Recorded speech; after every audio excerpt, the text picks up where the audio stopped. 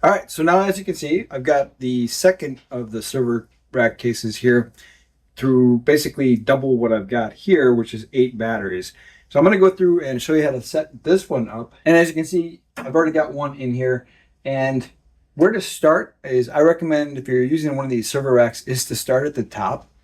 And what I learned in setting this one up is you want to have at least a full U at the top or in between your different battery groups, because the Pytes V5, if you're using Pytes V5 for the setup here, is 3.1 U. So you're going to need at least 3 U's and a little bit more just for the battery. And you want to have at least 1 U and the remaining portion of that zero point 0.1, so essentially that fourth U, you want to have at least that much space for the bend in your 4-aught cables, assuming you're using 4-aught. You'll need quite a bit of space in order to have that 4-aught cable in here.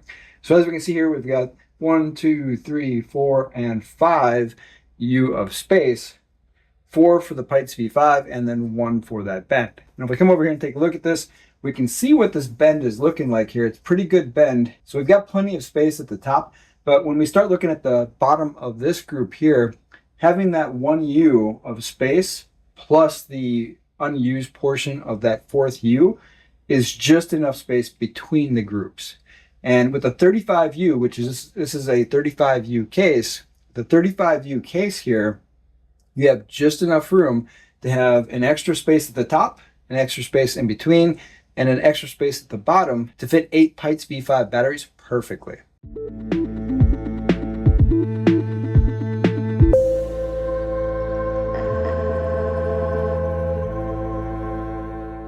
All right, so now for actually setting up the racks, I don't actually use the ERK-3525 racks here. What I like to use are these NavePoints, and the link for this is going to be in the description. If you go to the Amazon storefront, you'll see these are an option in there if you want to use these. They're rated for over 100 pounds, which is plenty for each of the Pytes V5 batteries. And they work pretty good with the ERK rack, and they cost a lot less than the ERK version of the shelf. But not everything that comes with this works. These right here are for putting this all together. These are the only thing from here that you're actually going to use. Everything else you're going to want to use different screws for. And again, the links for that will be in the description also. So if you go to that Amazon storefront, I've got the screws that I recommend using. You can use these will work, but they're extremely tight when you start putting them in there.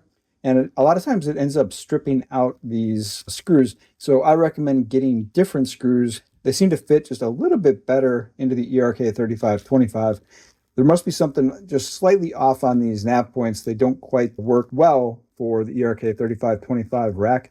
So you can pretty much just toss these. I keep them just in case I actually do need to use it. If I didn't order enough, for example, then maybe I would put these in there. But they're pretty tight. They're definitely not coming out, that's for sure, because they are quite a bit tighter than the other ones.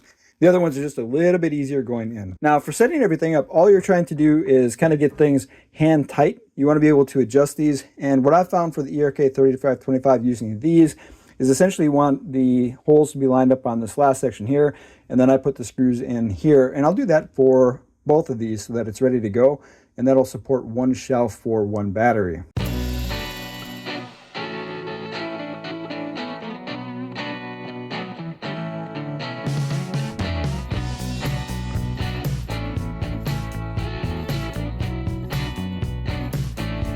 Now that's what you're looking for, is basically just hand tight. You want this to be able to slide because you want to adjust this to actually match your ERK-3525. You're going to put it in there. Once you get this in there, then we're going to tighten these things down so they're nice and tight. But for right now, you want it to be adjustable so you can actually make it fit pretty well into there. But that's really all the setup that's necessary. Now, the recommended screws that I mentioned, this is what you get here. Again, just make sure you buy enough of these things.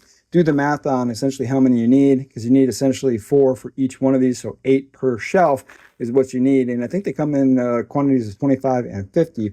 So you'll need probably just under 100 total. So you might want to just get 2 batches of the 50 if that's an option when you're buying this. But these are essentially what you're going to need is these. And really all we're using is the screws. I don't typically use this upper portion here. It's really just the screws for actually putting these things on there. All right, now for putting these in here, again, we just want to count down 4. So essentially we want it to be right around here. And then all we have to do is attach it.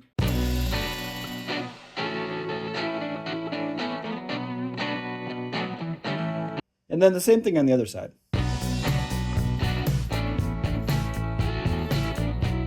Now, once we have it attached, what we want to make sure is that this is pretty much level or as close to level as we can eyeball it. I don't typically get a level out for this, but it will slant down. As you can see here, we have a little bit of wiggle room here. Now, I haven't tightened it down yet, but when we're putting it on there, we want to make sure that it's at least level. And we want to make sure it's nice and tight when it's there. Once we've tightened down both sides here, then I'll go ahead and tighten down the center here.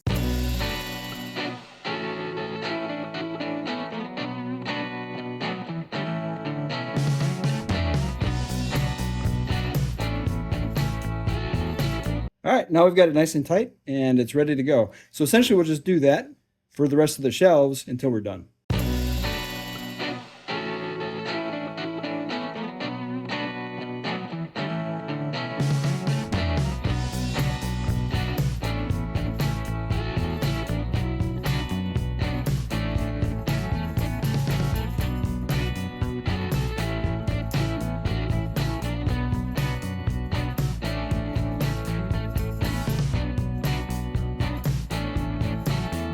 Now, up until this point, we've got 5, and then we've got 4 spaces in between.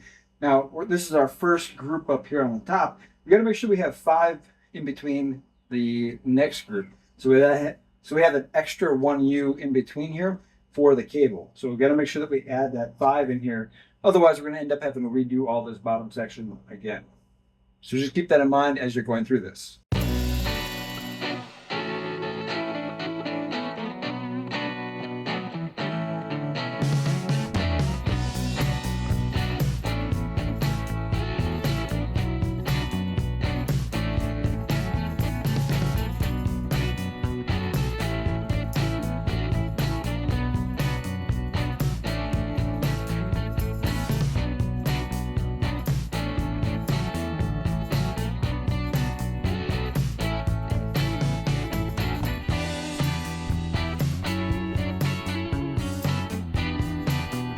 All right, so that's pretty much it. Everything's been installed. You might have noticed I didn't do the very bottom one.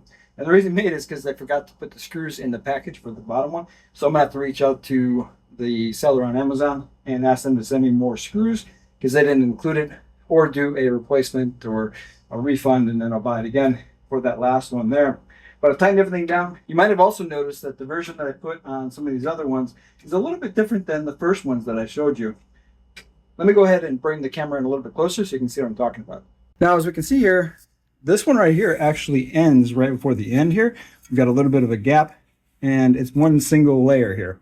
This one down here is actually 2 layers. It starts right around here, and it goes all the way to the end. So we've got a little bit more of a reinforcement here. This actually does feel a little bit bulkier also. Now, when I was ordering these, they ran out of it, so I ordered this one, which did cost a little bit more, but is a little bit beefier. So if you're looking for something that's a little bit beefier, you want to have a little bit more of a wiggle room on your weights. This one can also support a little bit more weight than this one, but I can tell you for this one, I use pretty much all the exact same ones, which is the first ones that I showed you, and I have 0 issues with this after a few months of it sitting here, and I don't think this is going to change. Again, these are rated for more than 100 pounds, so I do think these are fine. If you find this one and it's a little bit cheaper over this one, I think either one is sufficient, but they are a little bit different.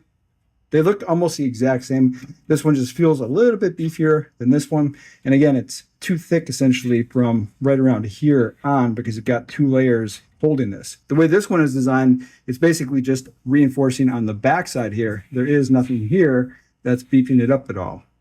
So there's nothing on the bottom here to support it. So a little bit beefier construction, a little bit sturdier, definitely a pretty good one here. And the cost wasn't too much more than this one, but it was more. So getting the rest of these and that is definitely going to be a little bit more expensive than just getting this one. Now again, that's pretty much the setup of this. Again, just need one more at the bottom there. And again, if you did everything right, you should have 5 spaces at the top here, 4 in between everything for the first group, and then 5 in between the 2 groups, and then you'll have 5 U's at the bottom. Now, if you're wondering, as far as the ERK-3525, here is the grounding point right there. So this is what you would connect to the grounding system of your house, and then also what you would attach the final battery's ground to as well. So that's where that point is on here. That's pretty much it for this video. When I get the Pytes batteries later in the year, I'll go through and show you how to set this up as well. as well as how to integrate it into my system here. So that'll be in a future video. Don't forget to like and subscribe if you like this kind of content. Until next time.